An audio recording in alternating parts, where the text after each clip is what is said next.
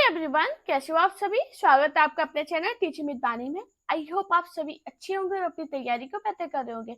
दोस्तों, जैसे कि आप सभी को पता है कि DT+P की तैयारी हमारे चैनल पे स्टार्ट हो चुकी है, जिसमें हमने DT+P का जितना भी सिलेबस था लगभग कंप्लीट कर लिया है। कुछ टॉपिक रह गए हैं, उन्हें भी कंप्लीट कर लेंगे जल्दी।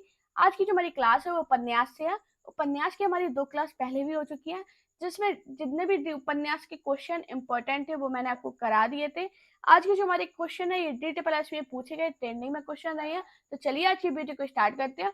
उससे पहले चैनल पर पहली बार आए हो तो चैनल को सब्सक्राइब और वीडियो को लाइक जरूर करना। आज का हमारा पहला क्वेश्चन है, निम्न में से कौन सा सूर्यकांत त्रिपाठी निराला द्वारा रचित उपन्यास नहीं है? पूर्ण प्रकाश, अलका, प्रभावती या निरूपमा? जल्दी से आप लोग इसका राइट आंसर बताइएगा। हाँ जी, क्या होगा इसका राइट आंसर? कौन सा सूर्यकांत त्रिपाठी द्वारा रचित उपन्यास नहीं है? तो दोस्तों आपको याद रखना, जो पूर्ण प्रकाश उपन्यास है ये सूर्यकांत त्रिपाठी द्वारा रचित उपन्यास नहीं है। तो इसका राइट आंसर क्या होगा? Option A. अब ये सूर्यकांत त्रिपाठी निराला द्वारा रचित नहीं है, तो ये किसके द्वारा रचित है? तो आपको याद रखना, ये भारतेंदु हरिश्चंद्र का एक सामाजिक उपन्यास है। किसका है? भारतेंदु हरिश्चंद्र का। ये भारतेंदु हरिश्चंद्र का सामाजिक उपन्यास है। कौन सा उपन्यास है? तो आपको याद रखना, ये भारतेंदु हरिश्चंद्र का एक सामाजिक उपन्यास है। ये बहुत इंपॉर्टेंट उपन्यास है। पूर्ण प्रकाश को बहुत बार पेपर में पूछा गया है। मैंने क्या बताया, कौन सा उपन्यास सूर्यकांत त्रिपाठी द्वारा रचित नहीं है? तो वो पूर्ण प्रकाश है। पूर्ण प्रकाश भारतेंदु हरिश्चंद्र का एक सामाजिक उपन्यास है। शेष तीनों उपन्यास प्रभावती, अलका, निरूपमा ये किसकी है? सूर्यकांत त्रिपाठी निराला के। हमारा नेक्स्ट क्वेश्चन है, मैला आंचल कहानी की कथा क्षेत्र निम्न में से कौन सा है? लखनऊ, बनारस, दरभंगा, बिहार? जल्दी से बताइए इसका राइट आंसर क्या होगा। हाँ जी दोस्तों, क्या होगा इसका राइट आंसर? और ये भी बताइए, मैला आंचल उपन्यास कहानी की सन क्या है? तो मैला आंचल उपन्यास कब आया था? 1954 में। सबसे पहले इसकी सन याद रखनी है, जिससे क्वेश्चन बहुत बने हैं। अब इधर से बनेगा कि इसका कहाँ से आया था, तो आपको याद रखना, यह उपन्यास की कथा बिहार के पूर्णिया जिले के मेरीगंज गांव पर आधारित है। तो इसका राइट आंसर क्या होगा? Option D. कहाँ पर आधारित है? तो आपको याद रखना, ये बिहार के पूर्णिया जिले, कौन सा जिला? पूर्णिया जिले के मेरीगंज, कौन सा? मेरीगंज गांव पर आधारित है। ये बहुत इंपॉर्टेंट पॉइंट है, ये पेपर में बहुत बार पूछा गया। मेरीगंज गांव पर आधारित है। अब ये उपन्यास है किसका? तो आपको याद रखना किसका है? फणीश्वर नाथ रेणु का प्रसिद्ध आंचलिक उपन्यास है। किसका है? तो आपको याद रखना, ये फणीश्वर नाथ रेणु का, फणीश्वर नाथ रेणु का प्रसिद्ध आंचलिक उपन्यास है। ये बहुत इंपॉर्टेंट क्वेश्चन है, बहुत बार पेपर में ट्रेंडिंग में रहा है। DT+P के अलावा भी बहुत सारे एग्जाम में ये पूछा गया, मोस्ट इंपॉर्टेंट क्वेश्चन है। अब आपको याद रखना, जो फणीश्वर नाथ रेणु है हिंदी की आंचलिक उपन्यास के जन्मदाता के रूप में प्रसिद्ध है। मैं आपको इधर पे जगह नहीं है, लेकिन मैं बोल रही हूँ तो आप अपने पॉइंट जरूर लिखना। मैंने क्या बताया, मैला आंचल उपन्यास की कथा बिहार के पूर्णिया जिले के मेरीगंज गांव पर आधारित है। यह फणीश्वर नाथ रेणु का प्रसिद्ध आंचलिक उपन्यास है।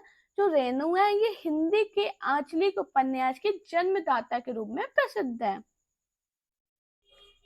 हमारा नेक्स्ट क्वेश्चन है, हिंदी में तिलस्मी अय्यारी उपन्यास के प्रवर्तक कौन है? श्री हरे कृष्ण जौहर, किशोरी लाल गोस्वामी, बाबू देवकी नंदन खत्री या गोपाल राम केमरी? जल्दी से बताइए इसका राइट आंसर क्या होगा। हाँ जी दोस्तों, अगर आप DT+P के अलावा भी और एग्जाम की तैयारी कर रहे हो तो आपके लिए क्लास इंपॉर्टेंट है। पूरी क्लास को जरूर देखना। लास्ट में अपना स्कोर बताना कि आपका क्या स्कोर रहा है और क्लास आपको कैसी लगी है, और मुझे ये जरूर कमेंट करना कि आप किस एग्जाम की तैयारी कर रहे हो। काफी लोग होंगे जो DSSB के अलावा भी एग्जाम की तैयारी कर रहे हैं और वो क्लास देख रहे हैं, तो मुझे एक बार कमेंट जरूर करना, तो मुझे एक आइडिया लग जाएगा कि आप किस स्टेट से और किस एग्जाम की तैयारी कर रहे हो, कौन से स्टेट से हो, तो उस हिसाब से मैं और अच्छी क्लास आपके लेके आऊंगी। तो मुझे प्लीज कमेंट करना आप लोग। अभी इसको में बताइए, हिंदी में तिलस्मी अय्यारी उपन्यास के प्रवर्तक कौन है? तो कौन है? बाबू देवकी नंदन खत्री। इसका राइट आंसर क्या होगा? Option C. मैंने क्या बताया? हिंदी में तिलस्मी अय्यारी उपन्यास के प्रवर्तक कौन है? बाबू देवकी नंदन खत्री। इनके प्रमुख उपन्यास की बात करें तो आपको याद रखना, चंद्रकांता। चंद्रकांता किसका उपन्यास है? तो आपको याद रखना ये देवकी नंदन खत्री का। एक इनका है नरेंद्र मोहिनी। कौन सा है? नरेंद्र मोहिनी। ये भी बहुत इंपॉर्टेंट उपन्यास है, बहुत बार पेपर में पूछा गया है। अब इधर से क्वेश्चन बनता है गोपाल राम गैमरी से। इनसे क्या बनता है? ये कौन है जल्दी से बताइए। गोपाल राम गैमरी को हिंदी में जासूसी उपन्यास के प्रवर्तक माना जाता है। क्या माना जाता है? हिंदी में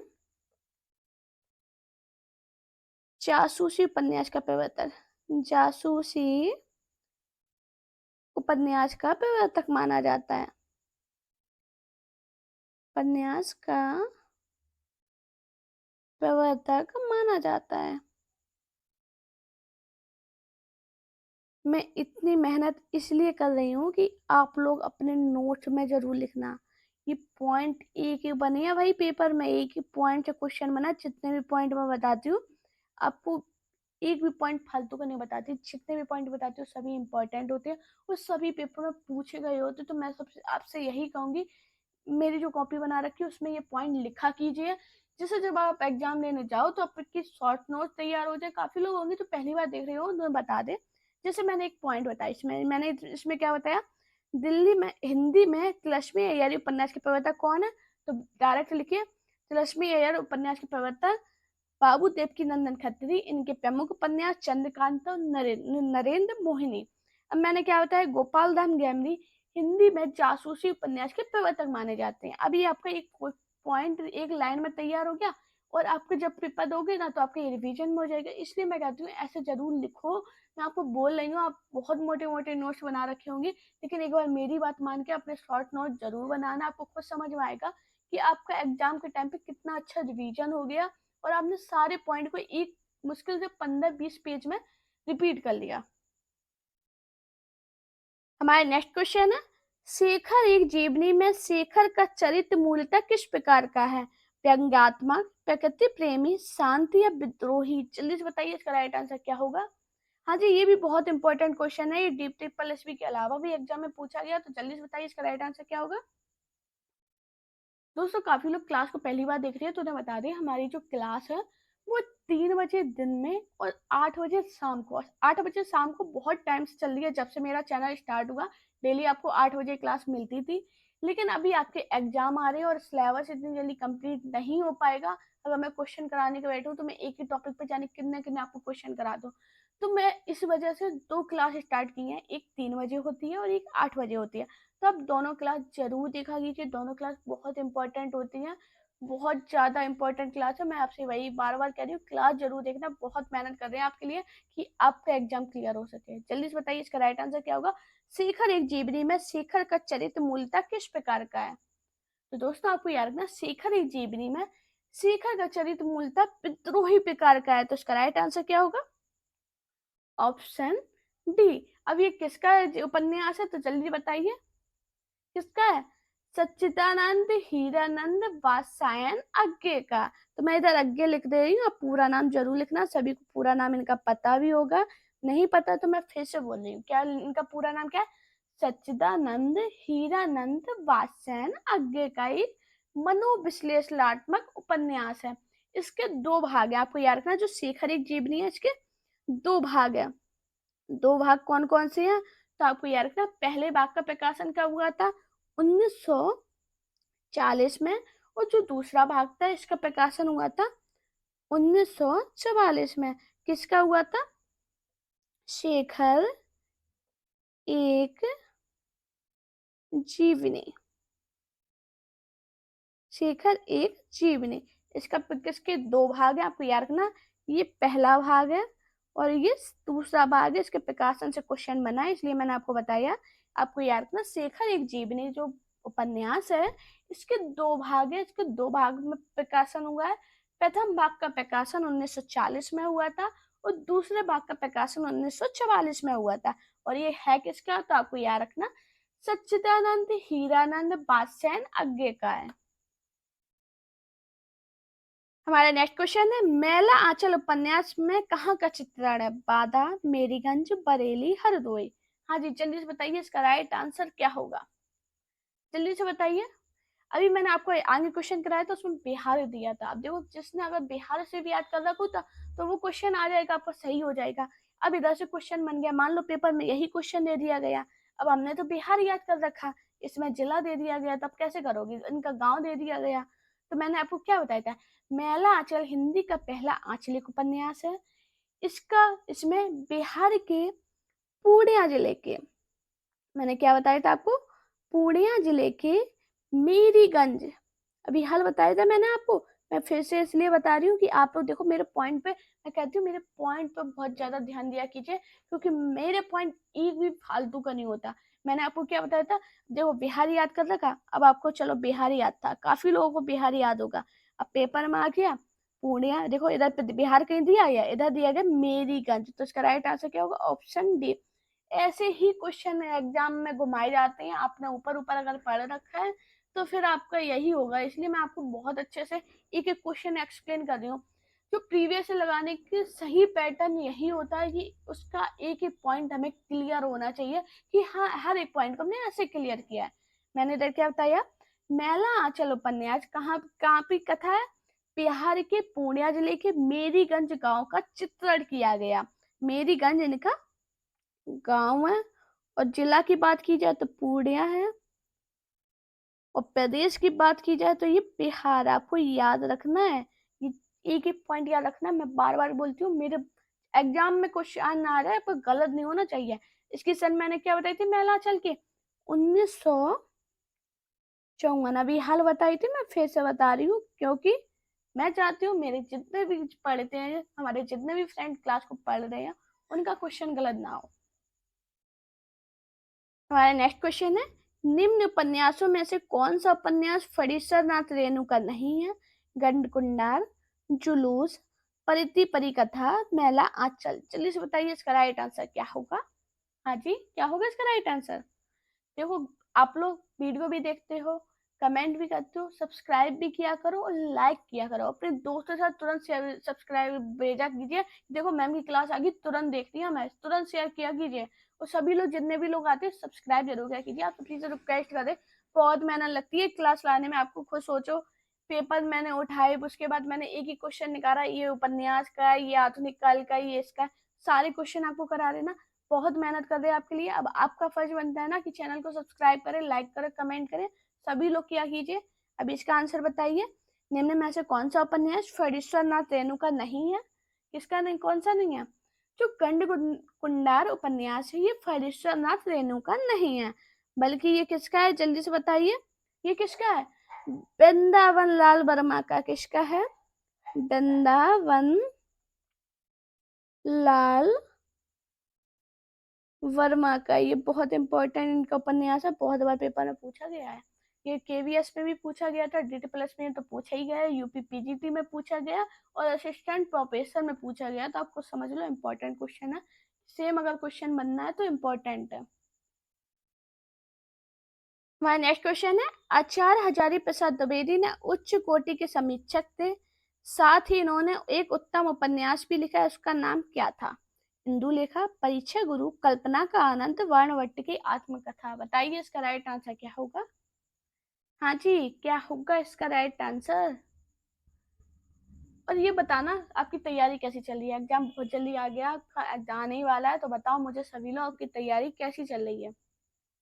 आचार्य हजारी प्रसाद द्विवेदी उच्च कोटि के समीक्षक थे, साथ ही उन्होंने एक उत्तम उपन्यास भी लिखा, उसका नाम क्या था? तो क्या था? बाणभट्ट की आत्मकथा। तो इसका राइट आंसर क्या होगा? Option D. आपको याद रखना जो वाणवट की आत्मकथा है इनका एक प्रसिद्ध ऐतिहासिक उपन्यास है। कौन सा उपन्यास है? तो आपको याद रखना ये ऐतिहासिक उपन्यास है। और कब आया था? कब आया था जल्दी से बताइए, जल्दी से बताइए कब आया था। तो आपको याद रखना कब आया था, 1946 में। मैंने क्या बताया? आचार्य हजारी प्रसाद द्विवेदी उच्च कोटि के समीक्षक थे, साथ ही उन्होंने एक उत्तम उपन्यास भी लिखा, उसका नाम क्या था? वाणवट की आत्मकथा। यह इनका एक प्रसिद्ध ऐतिहासिक उपन्यास है जो 1946 में आया था। हमारा नेक्स्ट क्वेश्चन है, आवारा मसीहा के लेखक का नाम क्या है? बाल मुकुंद गुप्त, प्रेमचंद जी, रामवृक्ष बेनीपुरी, विष्णु प्रभाकर। जल्दी से बताइए इसका राइट आंसर क्या होगा। हाँ जी, क्या होगा इसका राइट आंसर? आवारा मसीहा के लेखक का नाम क्या है? तो दोस्तों आपको याद रखना आवारा मसीहा के लेखक कौन है? विष्णु प्रभाकर। तो इसका राइट आंसर क्या होगा? Option D. अब ये किसके ऊपर लिखा गया? तो आपको याद रखना जो आवारा मसीहा है बांग्ला के सुप्रसिद्ध उपन्यासकार शरद चंद्र चट्टोपाध्याय, मैं लिख देती हूँ, शरद चंद्र, शरद चंद्र क्या नाम है? चट्टोपाध्याय की जीवनी परक उपन्यास है। क्या है? जीवनी परक, जीवनी परक उपन्यास है। ये भी बहुत इंपॉर्टेंट उपन्यास है, बहुत पूछा जाता है कि आवारा मसीहा के लेखक कौन है? तो विष्णु प्रभाकर है। किसकी जीवनी पर आधारित है? तो आपको याद रखना बंगला के सुप्रसिद्ध उपन्यासकार शरद चंद्र चट्टोपाध्याय की जीवनी परक उपन्यास है। इसके लेखक कौन है? विष्णु प्रभाकर जी। हमारा नेक्स्ट क्वेश्चन है, परीक्षा गुरु के नायक का नाम क्या है? सुंदरलाल, सोहनलाल, मदन मोहन, ब्रज किशोर। जल्दी से बताइए इसका राइट आंसर क्या होगा। हाँ जी, परीक्षा गुरु के नायक का नाम क्या है? तो क्या नाम है? मदन मोहन। इसका राइट आंसर क्या होगा? Option C. आपको याद रखना है इसके लेखक कौन है? तो कौन है? श्रीनिवास दास, श्रीनिवास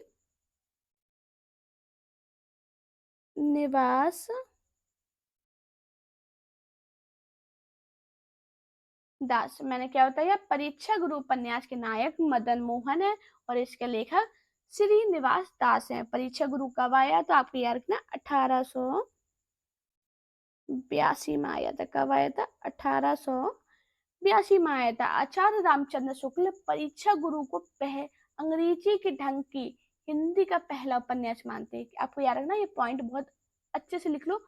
आचार्य रामचंद्र शुक्ल परीक्षा गुरु को अंग्रेजी के ढंग का हिंदी का पहला उपन्यास मानते हैं। ये पेपर में पूछा गया है कि परीक्षा गुरु को अंग्रेजी के ढंग का हिंदी का पहला उपन्यास कौन मानता है?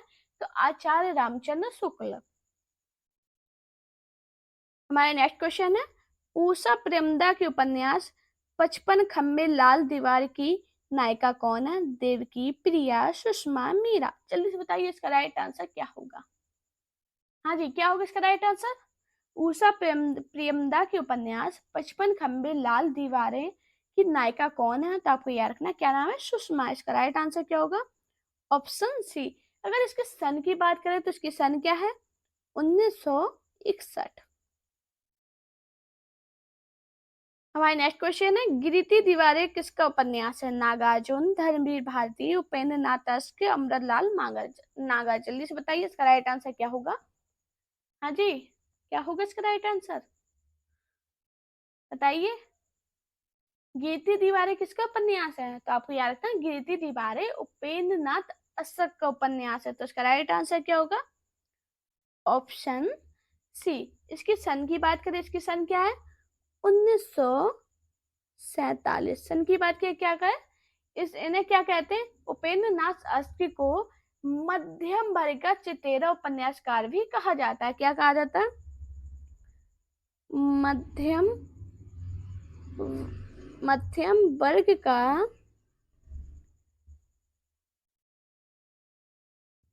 चितेरा उपन्यासकार भी कहा जाता है। ये बहुत इंपॉर्टेंट पॉइंट है, पेपर में पूछे गए हैं। कीर्ति तिवारी किसका उपन्यास है? तो उपेन्द्रनाथ दत्त का है। ये ना मध्यम वर्ग का चुतेरा उपन्यासकार भी कहा जाता है। इसके सन की बात करें, कीर्ति तिवारी की सन क्या है? 1947। हमारा नेक्स्ट क्वेश्चन है, कौन सा एक उपन्यास पूरी तरह किसान जीवन पर आधारित है? सेवा सदन, प्रेमाश्रम, कर्मभूमि, निर्मला। बताइए इसका राइट आंसर क्या होगा? हाँ जी दोस्तों, मैं थोड़ा टाइम इसलिए देती हूँ, आप लोग खुद कैश कीजिए, क्योंकि अब आपका एग्जाम आने वाला है और आपकी तैयारी बेहतर चल रही होगी। इसलिए आप खुद बताइए इसका आंसर, मुझे खुद बताइए। कौन सा एक उपन्यास पूरी तरह किसान जीवन पर आधारित है? तो कौन सा है? प्रेमाश्रम। इसका राइट आंसर क्या होगा? Option B. ये किसका उपन्यास है? तो आपको याद है ना, ये मुंशी प्रेमचंद का उपन्यास है। किसका है? मुंशी प्रेमचंद का। प्रेम चंद का उपन्यास है। ये बहुत इंपॉर्टेंट उपन्यास है, पेपर में बहुत बार पूछा गया है। प्रेमाश्रम उपन्यास किसका है? तो मुंशी प्रेमचंद का है। इसके सन की बात करें, इसके सन क्या है? 1922। एक एक सन बताती हूँ, सारे क्वेश्चन बहुत अच्छे से एक्सप्लेन कर रही हूँ। सभी लोग कमेंट में बताना क्लास कैसी लगी है, और सब्सक्राइब करके जरूर जाना। हमारा नेक्स्ट क्वेश्चन है, चोटी की पकड़ की विधा क्या है? जीवनी, उपन्यास, संस्मरण, कहानी। बताइए इसका राइट आंसर क्या होगा? हाँ जी दोस्तों, चोटी की पकड़ की विधा क्या है? तो दोस्तों आपको याद रखना, चोटी की पकड़ क्या है? उपन्यास विधा की रचना है। तो इसका राइट आंसर क्या होगा? Option B. अब ये किसका उपन्यास है, जल्दी से बताइए। तो ये आपको याद रखना, ये सूर्यकांत, सूर्यकांत त्रिपाठी निराला का उपन्यास है। किसका उपन्यास है? ये सूर्यकांत त्रिपाठी निराला का उपन्यास है। मैंने क्या बताया? चोटी की पकड़ उपन्यास की उपन्यास विधा की रचना है। ये उपन्यास किसका है? छायावादी कवि सूर्यकांत त्रिपाठी निराला का उपन्यास है। हमारा नेक्स्ट क्वेश्चन है, चंदर, सुधा और पम्मी धर्मवीर भारती जी के किस उपन्यास का पात्र है? प्यारा व समापन, 11 सपनों का देश, गुनाहों का देवता, सूरज का सातवां घोड़ा। जल्दी से बताइए इसका राइट आंसर क्या होगा?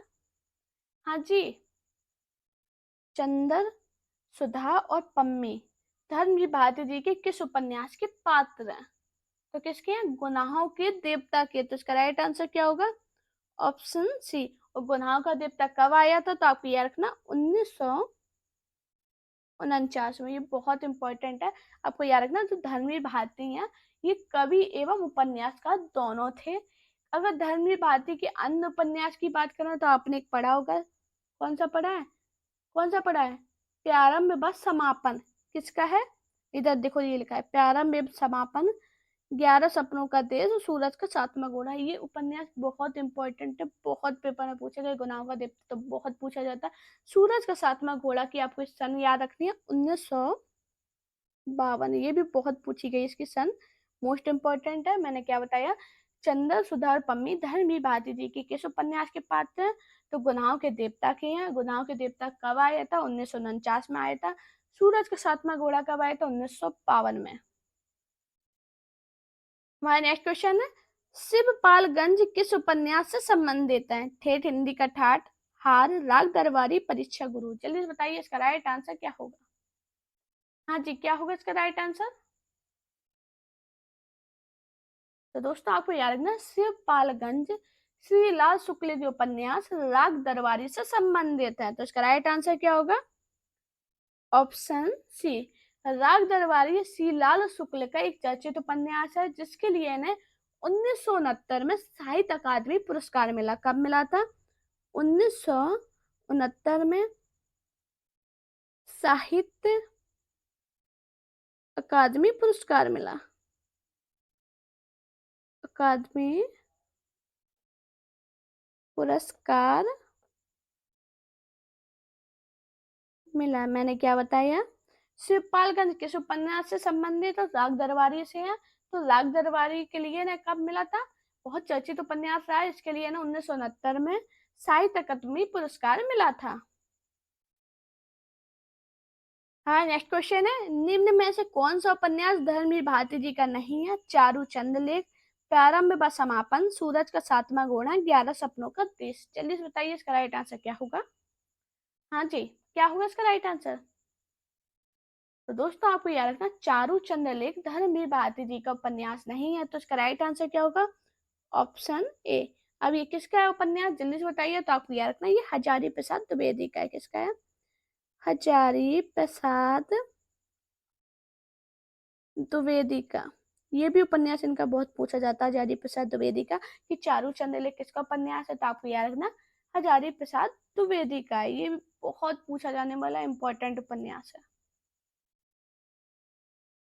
हमारा नेक्स्ट क्वेश्चन है, बुधुआ की बेटी उपन्यास किसने लिखा है? जयशंकर प्रसाद, विशंबर नाथ कौशिक, चतुर्सेन शास्त्री, पांडे बेचन शर्मा, उग्र। जल्दी से बताइए इसका राइट आंसर क्या होगा? हाँ जी दोस्तों, क्या होगा इसका राइट आंसर? बुधुआ की बेटी उपन्यास किसने लिखा? तो दोस्तों आपको याद रखना, ये जो उपन्यास पांडे बेचन शर्मा ने लिखा था। इसका राइट आंसर क्या होगा? Option D. अगर आपको उग्र भी लिखा मिले तो आपको याद रखना, उग्र भी पांडे बेचन शर्मा को ही कहते हैं। अगर इसके सन की बात करें तो इसकी सन क्या है? तो आपको याद रखना, इसकी सन है 1928। मैंने क्या बताया? बुधुआ की बेटी उपन्यास किसने लिखा? पांडे बेचन शर्मा उग्र ने लिखा। इसकी सन क्या है? 1928। हमारा नेक्स्ट क्वेश्चन है, देवकी नंदन खत्री द्वारा लिखित चंद्रकांता किस प्रकार का उपन्यास है? लक्ष्मी, जासूसी, सामाजिक, ऐतिहासिक। जल्दी से बताइए इसका राइट आंसर क्या होगा? हाँ जी, देवकी नंदन खत्री द्वारा लिखित चंद्रकांता किस प्रकार का उपन्यास है? तो आपको याद रखना दोस्तों, ये जो उपन्यास है ये तिलस्मी प्रकार का उपन्यास है। तो इसका राइट आंसर क्या होगा? Option A. अगर दोस्तों चंद्रकांता की सन की बात करें तो इसकी चंद सन क्या है? 1888।